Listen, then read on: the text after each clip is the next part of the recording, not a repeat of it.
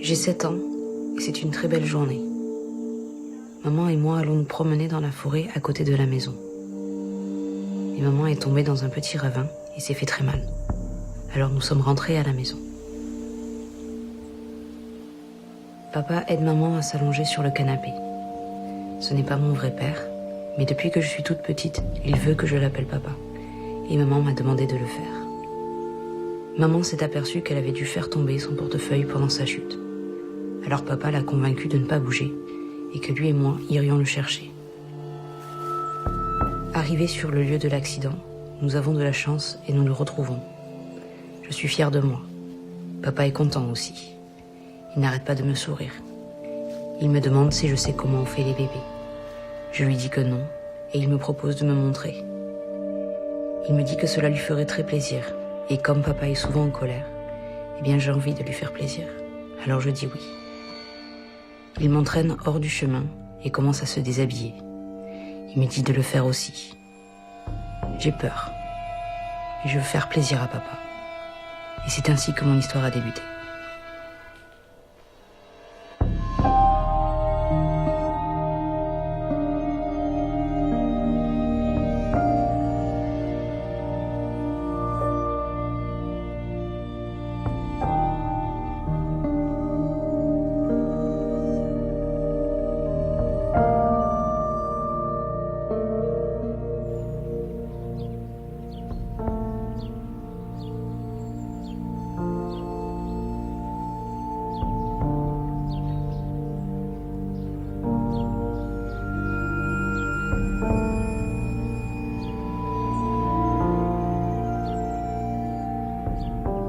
Les sévices que j'ai subis ont d'une certaine façon altéré ma mémoire. En tentant d'occulter ce que j'ai vécu, de gommer les images pour n'en garder que l'histoire, le processus ne s'est pas arrêté là et je me rends compte que j'ai oublié beaucoup de choses. Est-ce que je l'ai fait pour me préserver? Est-ce une forme de déni? Est-il possible de retrouver ces bribes de ma vie perdues dans ma mémoire? J'ai été victime d'abus sexuels de 7 ans à 10 ans. Ces abus ont été perpétrés par l'homme qui représentait la figure paternelle, transformant cet acte de pédophilie en inceste. Mais est-ce que cela définit qui je suis aujourd'hui? Suis-je encore une victime 18 ans après ces événements? Comment vivre après l'inceste? Comment accompagner le traumatisme pour permettre aux jeunes victimes de vivre avec leur histoire?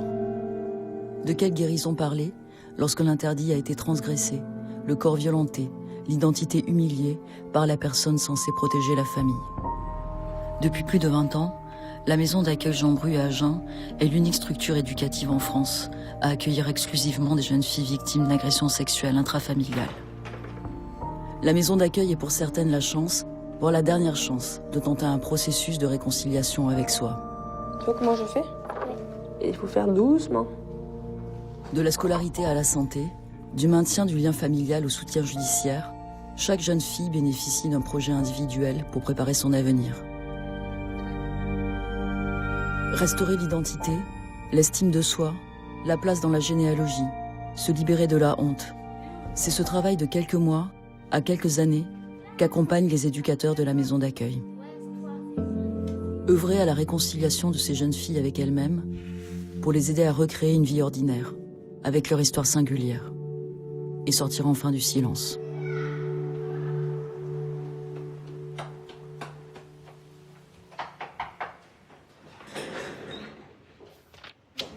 Pourquoi tu veux appeler ta sœur? Quelle est la raison? En fait, dans mon groupe de sport, j'ai un monsieur qui s'appelle comme mon beau-père. Enfin, voilà. Ouais, qui a le même nom, ouais. Voilà. Respire. T'as 5 minutes. Et depuis que son prénom est revenu, je fais que des cauchemars. Et en fait, mon cauchemar d'aujourd'hui, c'est en fait que ma soeur elle m'a dit que en fait je devais aller à la gare, je sais pas laquelle gare, mais en tout cas je devais aller à une gare.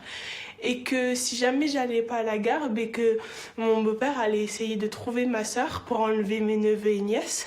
Imagine-toi, c'est vrai, il sort de prison, je sais pas, il va voir mes sœurs, il va essayer d'enlever mes neveux. Non, alors c'est pour ça que tu voulais appeler ta sœur, pour la prévenir qu'on n'enlève pas les neveux et nièces, c'est ça, hein, le scénario.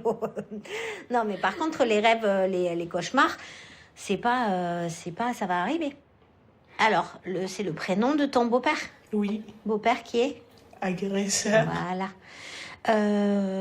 Et ça t'a fait quoi d'entendre ce prénom? Ça m'a... Ça t'a bousculé? Oui. D'accord, ok. Ok. Bon. Donc je me suis dit que ça allait peut-être passer parce que ça fait longtemps que je n'ai plus fait des cauchemars et tout. Ouais, mais c'est intéressant que tu cauchemardes. Oui. Et ensuite, je croyais que ça allait passer, que j'allais pas y penser et tout. Et en fin de compte, non. Ce qui est intéressant, ça va te paraître bizarre ce que je vais te dire, mais n'empêche que, je te le dis, ce qui est intéressant, c'est que tu arrives à le libérer pendant tes cauchemars. Parce que là, de toute évidence, t'as peur. Oui. T'as peur. Mais ce monsieur-là, il va pas te faire de mal. Ils sont pas tous pareils. Oui. D'accord? Donc t'as pas à avoir peur. Ça, il faut que tu l'enlèves. Par contre, que ça sorte dans tes cauchemars, c'est normal. Ok. Parce que comme t'as peur, dans la journée, tu dois y penser. Et la nuit, tu le libères. Les cauchemars, ça libère. Même si on n'aime pas ça, parce que souvent, c'est des trucs hyper bizarres et tout ça, machin, qui font peur. Mais au moins, tu libères une partie de ta peur pendant la nuit. C'est pour ça qu'on te demande aussi de les écrire. Comme ça, tu peux le travailler. Donc là, il y a encore la peur de l'agresseur. Ne serait-ce que sur le prénom. Donc, ta peur est grande quand même. Oui. Hein? Ok. Donc, ça, tu vas le travailler avec ta psychologue. Mais tu peux nous en parler à nous aussi. Hein? Il n'y a pas de souci. Ok, on reprend ça ce soir par contre. Hein? Et comme ça, moi, je vérifie entre-temps si on peut appeler ta sœur. Ok.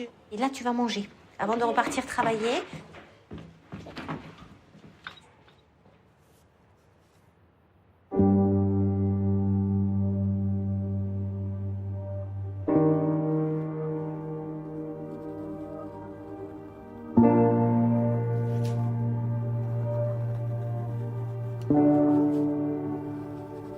Je me sens bien en sécurité ici. D'après ce que j'ai vécu, j'avais pas ma clé pour m'enfermer dans ma chambre. Alors que là, je sais qu'il y a que des personnes bien pour moi. Et que maintenant, si jamais j'ai envie de m'enfermer quelque part, j'ai ma chambre. Sans les éducateurs, j'aurais pas pu m'en sortir. Parce que c'est très dur à être toute seule face à ça. En étant plus petite, j'ai eu des attouchements sexuels par mon papa. Ensuite, à ma maman, j'ai rencontré mon ancien beau-père avec qui aussi j'ai eu des attouchements sexuels. Je me sentais très mal. Au fond de moi, même physiquement, ça se voyait, je mangeais presque pas. J'étais distante avec les personnes. Ou même, je me créais un masque. Mais au fond de moi, ça allait pas du tout. J'en pouvais plus en fait.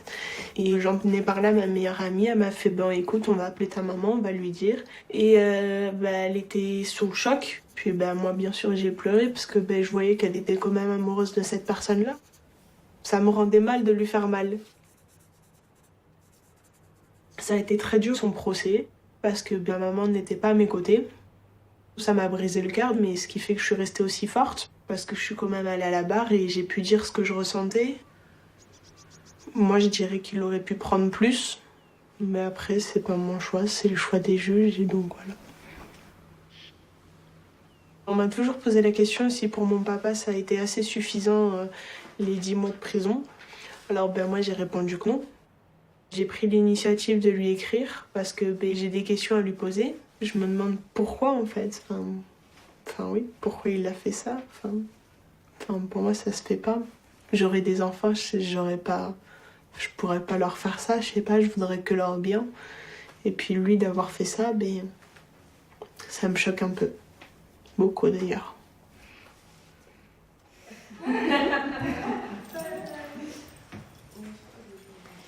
Déjà, premièrement, on est où là? Dans un hall de gare? Hein? On se lève, on s'assoit pas par terre, les filles, vous le savez. Oui, va prendre ta douche. Tu te prépares, tu vas à quelle heure à la danse? Je pars à 11h15. Ah oui. Va manger un bout au réfectoire. Hein? À tout à l'heure. J'ai déjà mangé. Non, c'est pas vrai. J'ai pris un fruit. Bon, allez. Elle est trop occupée. Dehors. Aïe. Dehors, j'ai dit. Est-ce que tu as pris quelque chose pour ton rhume? Hein? Le Stérimar, ça soigne pas. C'est juste pour nettoyer le nez. Bon, je vais regarder, je te soignerai après. Ok? J'ai mal à la tête. T'as pris un petit déj? Oui. Comment ça se fait que t'as mal à la tête? Hein? Tu t'es énervé? Non. Bon, du coup, je te donne ton Dafalgan. Puisque t'as mal à la tête. Alors qu'il y en a une qui a pas mal quelque part. Moi, c'est pas ma faute. Hop là, espace vital. On recule, s'il vous plaît. Merci. Le premier travail, c'est de mettre la distance entre l'histoire que tu as reçue et la jeune fille qui est en face de toi, qui est un être vivant, qui a subi et qu'il va falloir accompagner avec tous ses traumas. C'est là que tu te dis quel effet ça va avoir sur cet enfant. Comment je vais l'accompagner, l'enfant? Comment elle va être? On est loin de s'imaginer ce que ça peut avoir comme répercussion sur des jeunes filles, hein, et on est loin d'imaginer le travail que ça amène aussi, ou que ça doit amener d'accompagner ces jeunes filles-là. La réalité, c'est pas la même chose. Voilà, on est tous formés à plein de choses, on a tous lu des livres, on a tous eu des échos, mais la réalité, c'est pas la même chose. Et les nuages, ils sont tout blancs, on voit même pas le ciel. Est-ce que tu trouves ça bizarre de vouloir avoir des nouvelles de ton géniteur? J'aimerais avoir quelqu'un qui soit comme mon père. J'aimerais, des fois, je me dis, mais en fait, ça me manque de pas avoir de père. Ça te manque, ça oui. Et ça, on le comprend. Même s'il n'a pas été un père rédemptif, mais que maintenant, il le fasse maintenant. On va pas le dire qu'il se fasse pardonner, mais qu'il essaye de faire avec d'autres manières qu'il a fait quand j'étais petite. Qu'il soit là quand j'en ai besoin, qu'il soit là pour m'éduquer, je sais pas si c'est normal ou pas, parce que d'un côté, il m'a fait du mal et d'un côté, je sais pas en fait. Et d'un côté, il y a de bons souvenirs. Ouais, quand on faisait du skate ensemble ou quoi. Après, est-ce qu'il y a une solution à ça? Ça, j'en suis pas convaincue. Sachant que papa, personne ne sait où il est. Mais du coup, je suis perdue en fait. Mais c'est normal, ça c'est normal. Alors je sais pas, peut-être que le mettre sur papier, ça pourrait peut-être t'aider. On peut créer une boîte à souvenirs, une boîte à colère. Là, t'es curieuse de savoir ce qu'il devient, t'as envie de partager des moments avec lui. Ça reste très compliqué si c'est pas faisable. Tu peux le mettre par papier. Dans sa boîte. Demain, tu peux être en colère contre lui. Tu marques ta colère par papier, dans cette boîte-là. Ça t'appartient. J'ai la haine contre lui, mais d'un côté, j'ai envie d'être avec lui. D'avoir ce sentiment d'avoir un père, quoi. C'est très compliqué de vivre avec mon passé, sachant que mes agresseurs, puisqu'il n'y a pas eu que mon géniteur, ne sont toujours pas condamnés. Je l'ai toujours dit aux éducateurs, le jour où ils seront punis, ça me libérera d'un grand poids. Et ça m'aidera j'avance déjà, mais à mieux avancer. Tu crois? Ouais. Pour moi, oui. Il faut qu'il soit puni.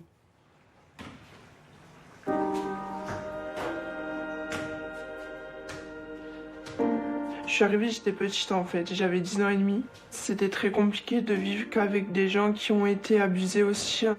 Parce que du coup, les jeunes filles qui ont vécu la même chose que moi, mais ça me rappelait encore plus mon histoire. Mais d'un côté, ça me soulageait parce que, enfin, j'étais reconnue victime, enfin, on me croyait. Même si on n'y arrive pas tout seul, il y a des gens sur qui on peut compter, comme moi, j'ai pu compter sur les éducateurs à beaucoup de moments. Je sais que, en fait, ils me jugeront pas. Maintenant, si je fais des bêtises, à me mutiler, à fuguer ou à répondre aux éducateurs, c'est pour exprimer mon mal-être et pour pour faire un appel au secours, en fait. Ils m'ont aidé à faire des pas, à dire ce que j'avais sur le cœur vis-à-vis de ma mère, vis-à-vis de plein de personnes.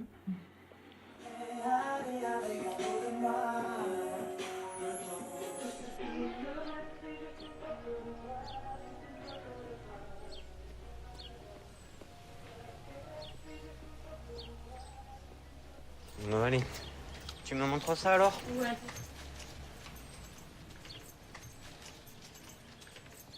T'es bien sur cette photo là? Sur ces photos là, t'es bien? Tu souris, t'as l'air heureuse? Ouais. Vous voyez, j'étais avec maman là aussi. Ouais, mais là t'as l'air bien. Et là, il fait une nièce. Ça, c'est mon bébé à moi, ça. L'inceste, c'est une attaque du lien. Du lien dans la place de l'enfant et de la relation avec l'adulte. La notion d'intimité, la notion d'espace, de contour, ça fait partie des bases qui ont été attaquées lorsque les jeunes nous sont confiés. Se construire, c'est aussi définir ses contours. Ici, on les matérialise par le fait que chacune et sa chambre individuelle. C'est une chambre dont elles ont la clé et dont elles sont responsables. Nous, on toque avant d'entrer. C'est leur espace, ce n'est pas le nôtre. On les accompagne aussi dans le fait de prendre soin de cet espace-là. Ouh là là, c'est pas trop rangé tout ça. Il y a des papiers par terre, ta culotte dans ton truc et tout, non? La chambre, c'est bien souvent le reflet de la jeune fille. Tu me ramasses tout ce qu'il y a par terre. Et regarde. Des vêtements qui sont mis aux quatre coins de la chambre dans l'espoir de maintenir les gens à distance. C'est vraiment un reflet de ce qu'elles ressentent. Mais ça fait partie des traumas liés à l'inceste.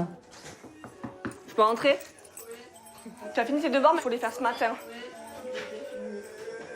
Tu viendras au bureau après qu'on vérifie, ensemble avec ce que tu as fait hier. C'est vrai que l'éducateur, c'est un travail au quotidien. C'est un travail qu'on accompagne du matin jusqu'au soir. C'est sûr qu'on a un peu ce rôle-là de parents suppléants. On ne peut pas leur apporter de l'amour, mais on a des temps importants, comme des anniversaires, Noël, qu'on partage avec elles. Pour certaines, elles ne pourront jamais rentrer chez elles, d'autres, elles espèrent pouvoir y rentrer. Je pense qu'il y a vraiment un gros manque affectif de la part des parents, ou vraiment une absence. Pour certaines jeunes filles, le père est en prison, ou la mère n'est pas présente dans la vie, donc elles n'ont que nous par rapport à ça. Tu veux lui envoyer avant Noël? Je sais pas. C'est quoi qui te fait douter? Sa réaction. Sa réaction? Qu'est-ce que tu crois qui va blesser maman dans cette lettre? Ça là. Alors ça, c'est j'ai peur.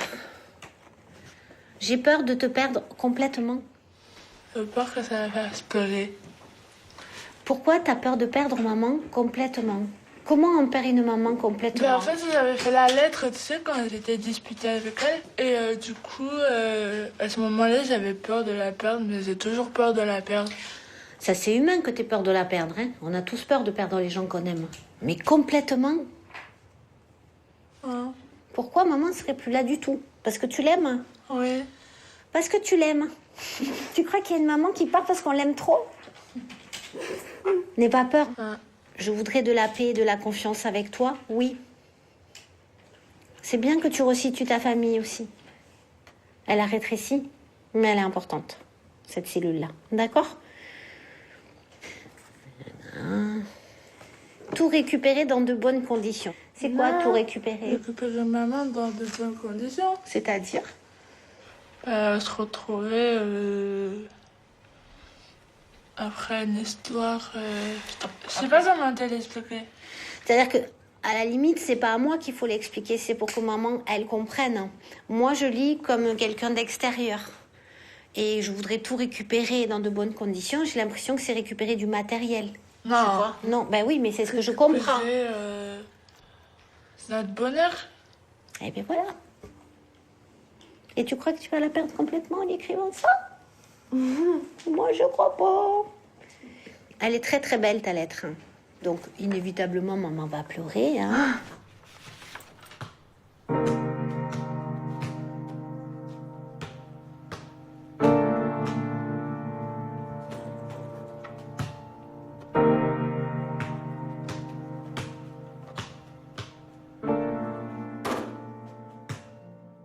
Avec mon père, ça s'est passé de mes 6 ans jusqu'à mes 9 ans. Et de mon beau-père, j'avais 11 ans. Mon père, il a pris 18 ans de prison avec obligation de se faire soigner. Ma mère n'a pas su me protéger des agressions que j'ai eues après l'histoire de mon beau-père parce qu'elle ne me croyait pas. Donc du coup, j'ai été placée. Peut-être qu'elle ne le sait pas, mais je n'ai plus confiance en elle. Parce que sa propre mère ne pas croire sa fille, c'est dur pour moi. Ma mère se renferme sur elle-même. Elle se confie pas. Elle se confie pas assez. J'avais peur de ma mère. J'avais peur de tout. Je savais pas quoi faire. J'ai eu beaucoup de souffrances. Comme a dit ma référente, je suis arrivée en toute petite miette. Et les miettes se reconstruisent. C'est-à-dire reconstruite de A à Z. Là, je suis reconstruite de F à Z, c'est tout.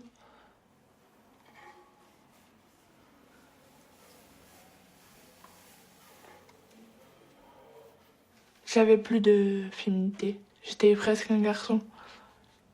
Je prenais pas soin de moi. J'étais pas bien. Mais aujourd'hui, j'ai tout retrouvé. J'ai même refait ma garde-robe. Mais c'est pas ça qui me change les idées. J'ai toujours une peur en moi. Et j'arrive pas à l'expliquer. Même à l'enlever.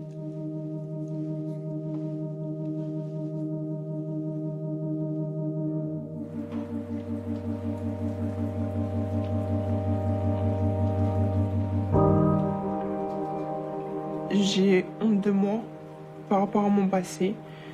J'ai honte, c'est comme si j'avais le corps sale. Et du coup, je sais pas, en fait, vu que je peux pas me défouler sur les personnes qui m'ont fait du mal et que j'ai honte de ça, et ben du coup, je le fais sur moi-même. Je me fais du mal sur moi-même.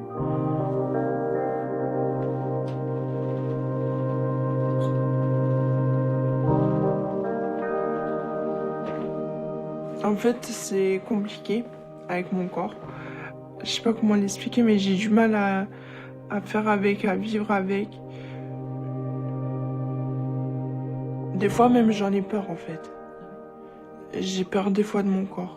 C'est à cause de ça, j'ai peur de mon corps, j'ai peur de moi-même. J'ai du mal même à me toucher le corps pour me laver. Je sais pas, c'est une crainte que rien qu'en le touchant pour me laver, que ça me rappelle ces souvenirs.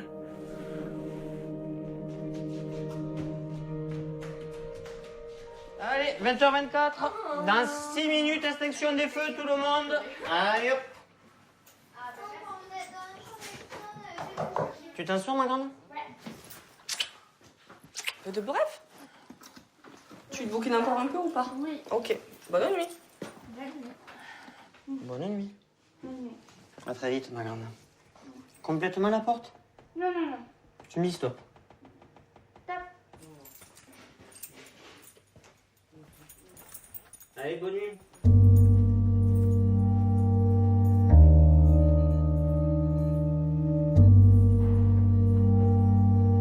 J'y pense la nuit, souvent, où je revois toutes les scènes. J'ai cette peur que ça arrive, même si je sais que je suis dans un lieu protégé. Comme la dernière fois, c'était en pleine soirée. Avant d'aller se coucher, j'ai eu des flashs qui sont revenus. J'entendais les bruits des portes claquer, les assiettes se casser, ma mère en train de crier, mon géniteur aussi. J'avais du mal à respirer.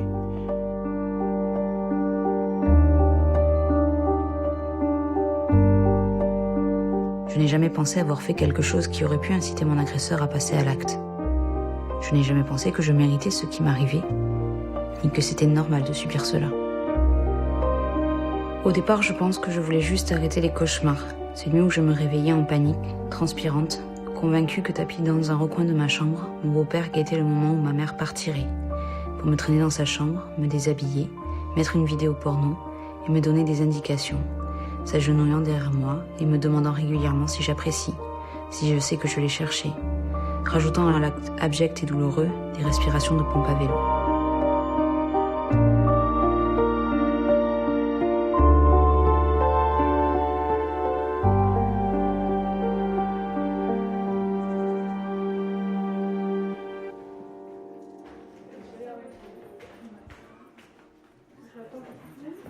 Là, je peux le faire. C'est chaud. C'est un petit peu bizarre comme bobo. C'est beau. Oui, c'est un petit peu bizarre. Ces bobos de culpabilité, je les aime pas. Mais j'en ai fait. Allez. Allez, viens, demoiselle. Si, on va désinfecter un petit peu.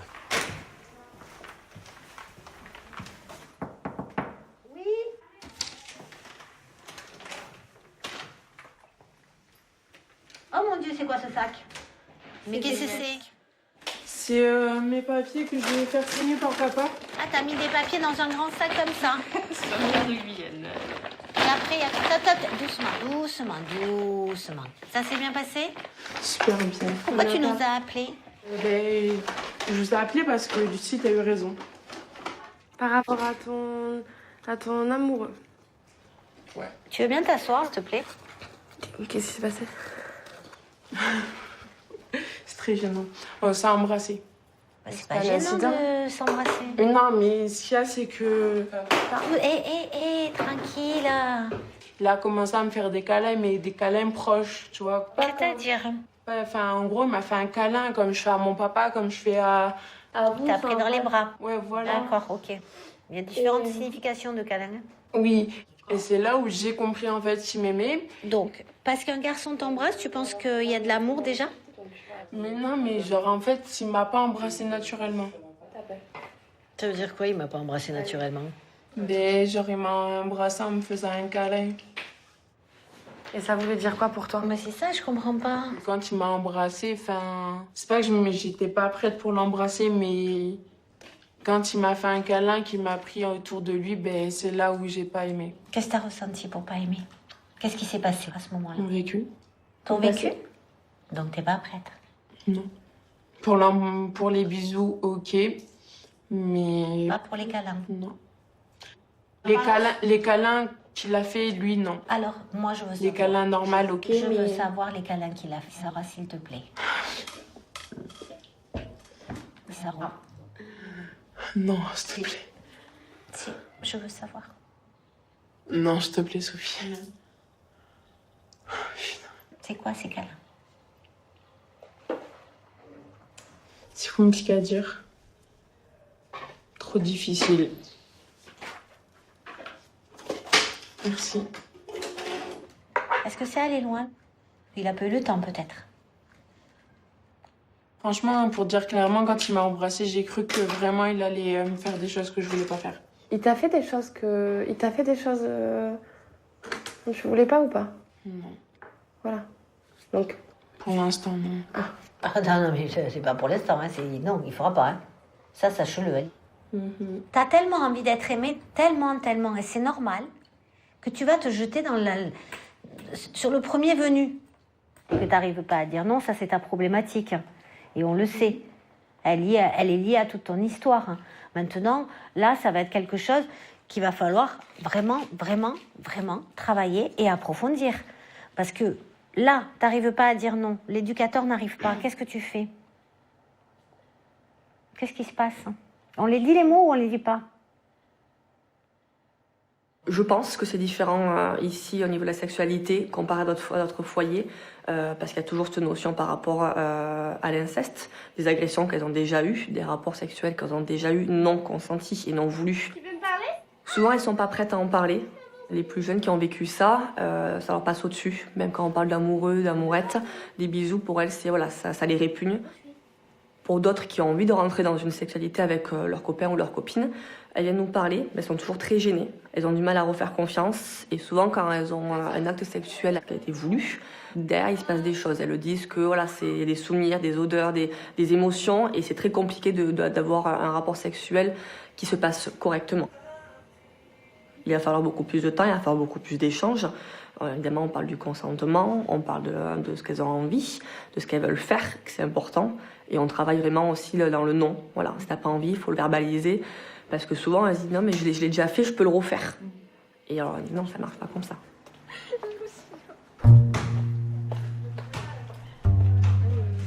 Allez, c'est ça. Et le métier, je choisis de travailler dans le gâteau. Maman.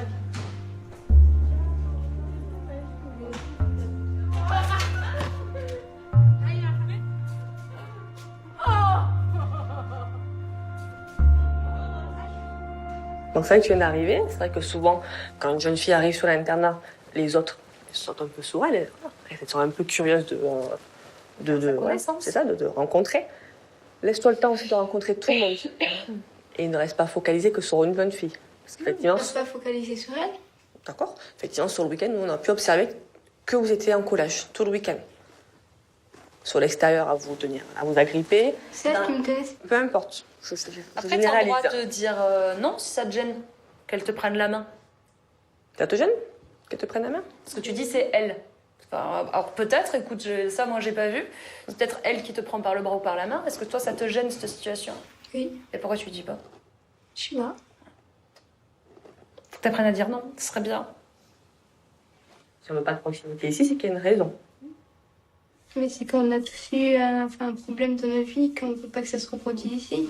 On estime que en vivant sous le même toit, vous ne pouvez pas entretenir des relations amoureuses avec d'autres personnes, vivant sous le même toit.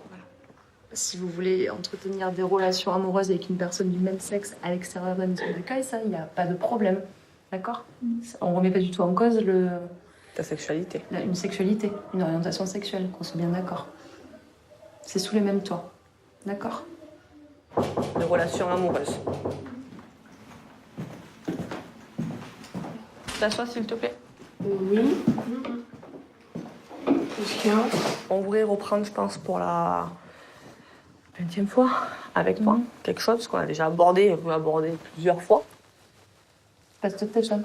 Cette proximité que tu peux avoir avec d'autres jeunes filles. Mon bébé, ma vie. Bah, c'est que des surnoms après, Ça fait combien de temps que tu la connais? Une semaine, même pas. Ah, ma vie, c'est un peu fort. Ça fait qu'une semaine que vous vous connaissez. Donc ces petits surnoms et cette proximité, non.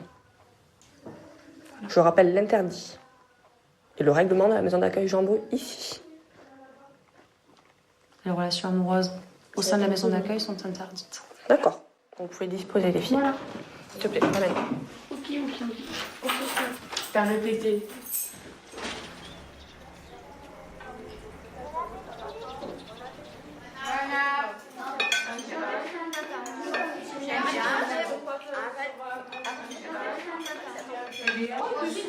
C'est bon là, tout ça.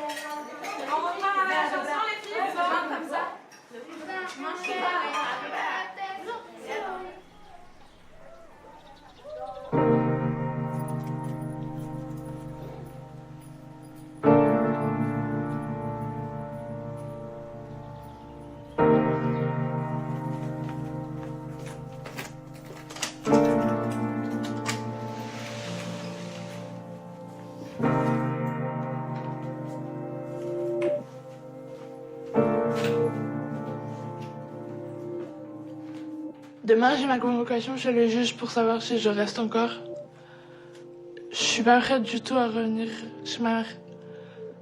Parce que tu peux pas revenir dans une maison où j'ai vécu des cauchemars. Moi, j'attends juste que la juge me dise 1 an ou 2 de plus. Parce que 1 an, ça me suffit pas. Il faut au moins 3-4 ans pour oublier cette histoire. Ma mère, elle a jamais été là pour moi. Si elle m'écoute, je m'en fiche. Parce que elle m'a jamais protégée. Et ça, j'ai jamais su lui dire.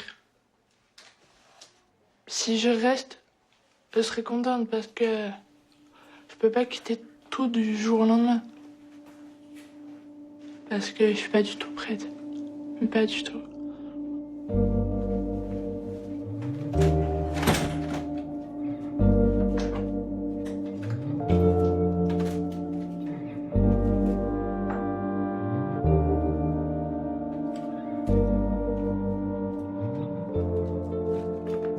J'ai appris que j'allais bouger. Je resterai dans le cadre de la maison d'accueil, mais j'irai juste en face, en fait, dans l'appartement protégé. Et puis je laisserai ma chambre à une autre jeune fille. Je sais que c'est dans le cadre de mon projet, donc j'étais pas du tout surprise. Et puis au contraire, je suis très contente. Ça change beaucoup de choses, donc je suis fière et moi j'avance. La différence entre l'appartement protégé et l'internat, c'est que t'es plus libre. C'est pour un peu déjà travailler l'autonomie et ensuite travailler notre vie future.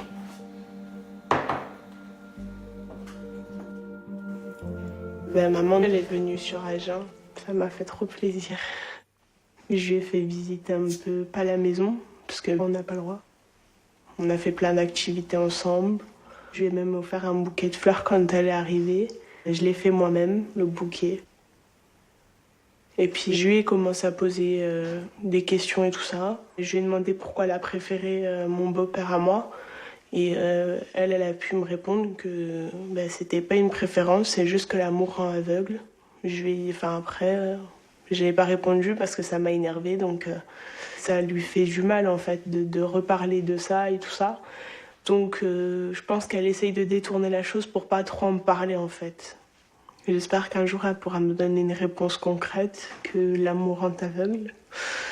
Et parce que pour moi ça me sert à rien en fait, ça m'aide pas du tout.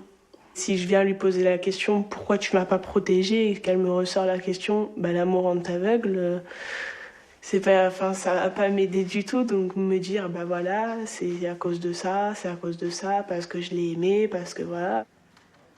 Enfin au moins des vraies réponses. Et là je pourrais continuer mon chemin pour avancer.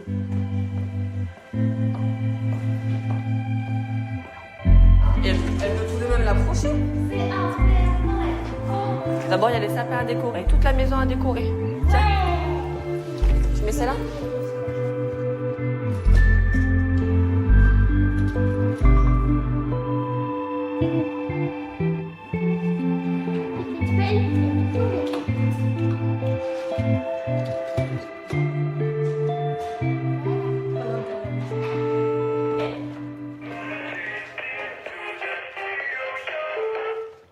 Allô, maman? Allô? Allô? Allô? Oui? Ça va? Ça va et toi? Ça va. En fait, j'ai reçu ton bulletin. Alors? Félicitations. Continue comme ça. Au social, ça se passe bien? Bah oui. Ah oui. C'est quoi? Hein? C'est quoi là-bas? On fait des impros et on... Ah, j'ai des poussières dans les yeux, ça m'agace. Non, c'est pas vrai. C'est pas vrai, c'est hein. Qu'est-ce qu'il y a? Rien. Si, vas-y. Hein. Alors, vous la voyez pas, mais je vais vous dire. Elle a les larmes aux yeux. Pourquoi? Mais je sais pas. Pourquoi tu pleures?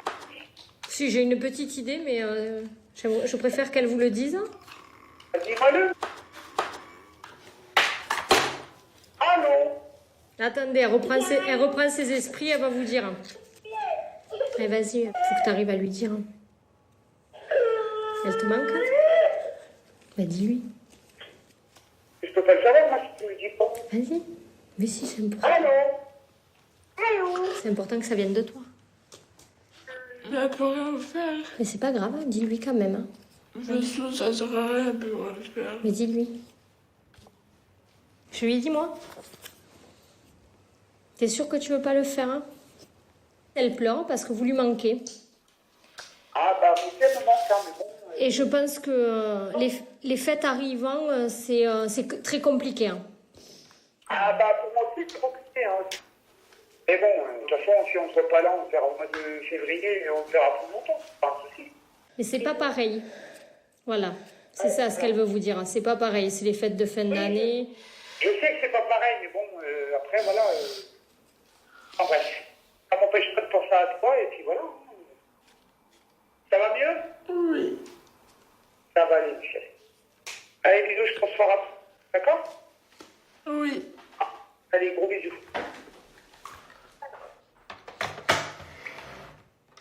C'est dommage que tu n'aies pas pu lui dire à ta mère. Parce qu'en effet, ça ne change rien, mais le fait que tu dises ce que tu as sur le cœur, ça peut être déjà un bon début pour une reprise d'échange et de communication entre les deux.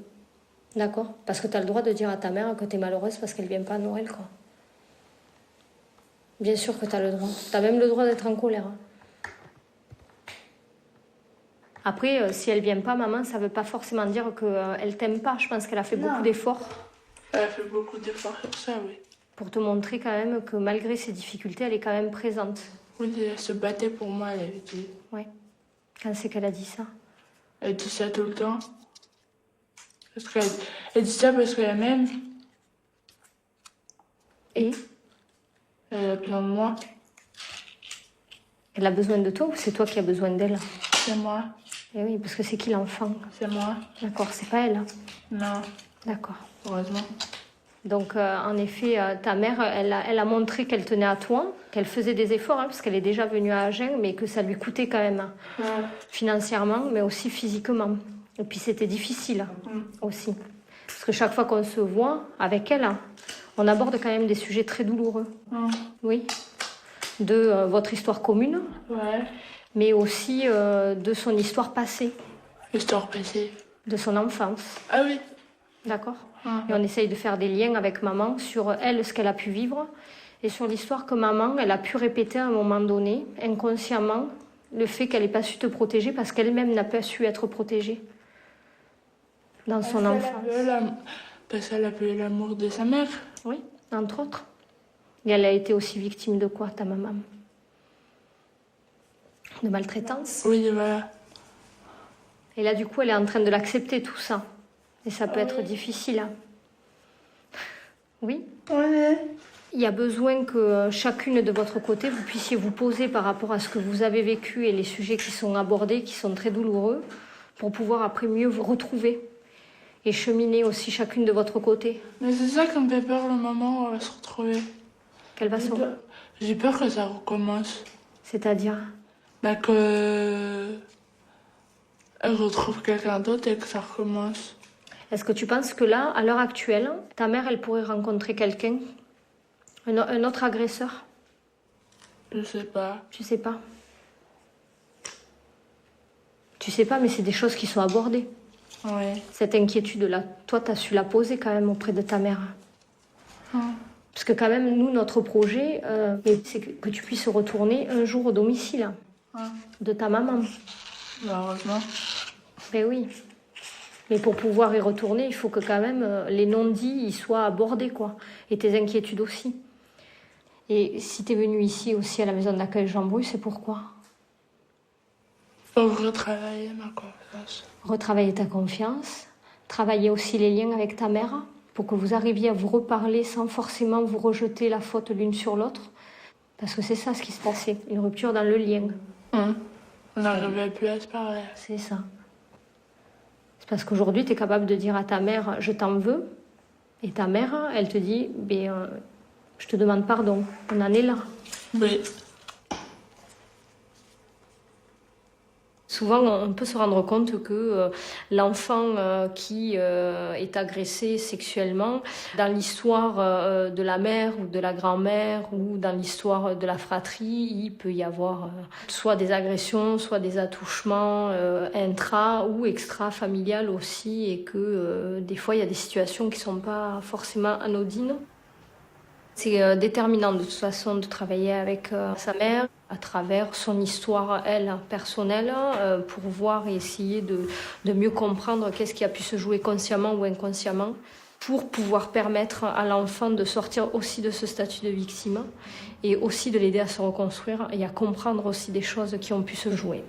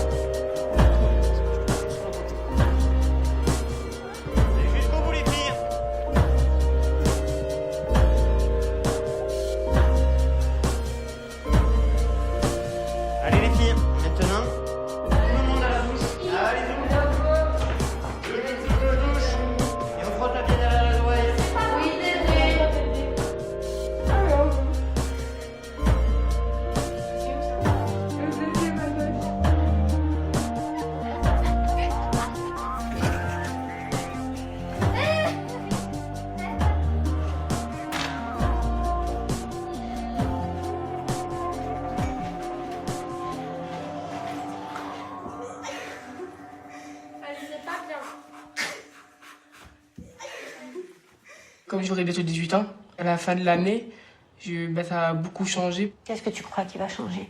Je serai presque plus sur l'internat. Enfin, je serai pas sur l'internat. Tu vas être où?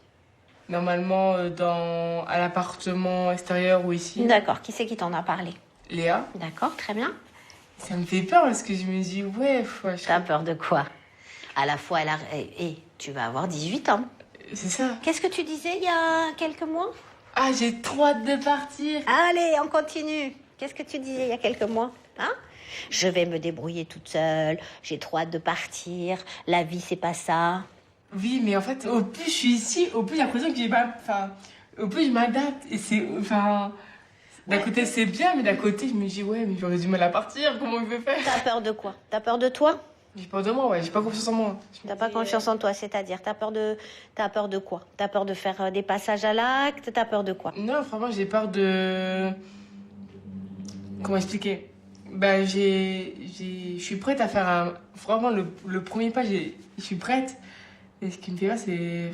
Tu sais très bien que tu vas pas le faire toute seule. Je sais, ouais. Tu sais qu'on va te tenir la même. Mais j'ai peur de plus... Enfin, pas peur de plus être accompagnée, mais peur...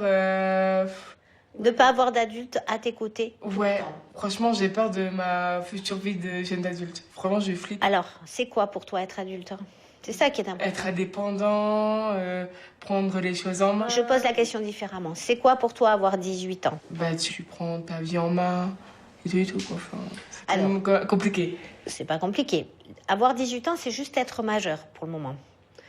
L'accompagnement, si tu as un contrat jeune majeur, ce qu'on te souhaite, de toute façon on va faire pour. Si tu as un contrat jeune majeur, l'accompagnement éducatif, il sera toujours là. Tu le sais. Donc si tu as le moindre souci, là tu vas juste apprendre à vivre seul. Mais tu ne seras pas seul, tu vas être en colocation avec d'autres jeunes filles.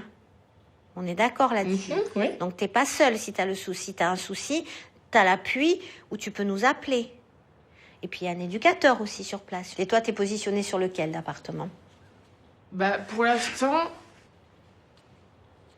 je veux plus découvrir l'appartement d'ici. Tu penses que tu passes d'abord ici, avant d'aller sur l'extérieur? Ouais. D'accord, c'est ce que t'as dit Léa? Mais c'est mon point de vue, enfin, on n'a pas... Ah, c'est toi qui penses que Est-ce que parce que tu préfères? Ouais, parce que je me suis dit, si je passe directement à l'extérieur, j'ai peur que ça bouleverse. J'ai peur que je fasse un faux pas, j'ai peur de refaire les mêmes choses. Donc, je répète, tu ne te fais pas confiance. Non. Et alors, est-ce que tu penses qu'il serait pas temps de te faire confiance? Si, mais... C'est ça le but éducatif. Aujourd'hui, tu es à l'approche de tes 18 ans. Si le département décide de faire signer un APJM, ce qui est un contrat jeune majeur, c'est pour t'apprendre à faire confiance en moi. À te faire confiance, à faire confiance aux autres, parce que c'est indispensable.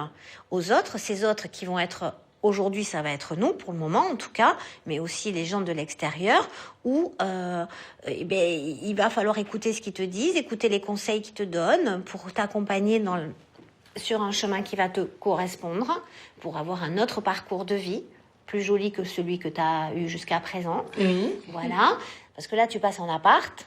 Si tu passes, je ne sais pas quand exactement, mais quand tu vas passer en appart, mais en effet, ça va pas tarder, autant que tu le saches, il va falloir que tu fasses attention à toi, en priorité.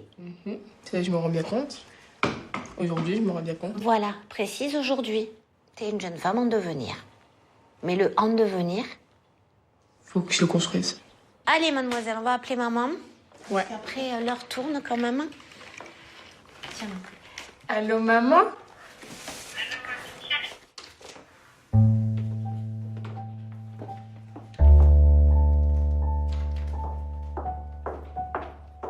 Je me dis, ça y est, la petite fille victime est devenue une jeune femme adulte. Enfin, une jeune adulte, et je me suis dit, j'ai eu beaucoup de courage d'avoir affronté mon mal-être, plus l'éloignement, et plus cette histoire, en fait, qui était douloureuse pour moi depuis le début. Et en fait, c'est qu'un passage.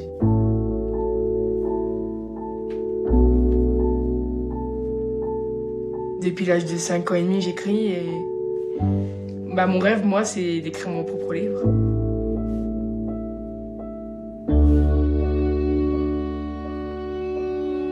J'ai 13 ans. J'ai eu 13 ans au mois d'août.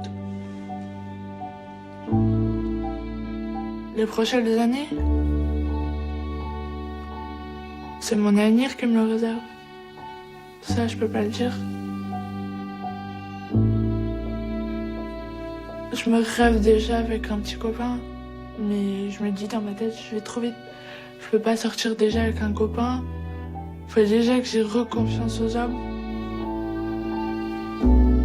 Aujourd'hui, je fais du théâtre. Ça me permet de sortir mes émotions.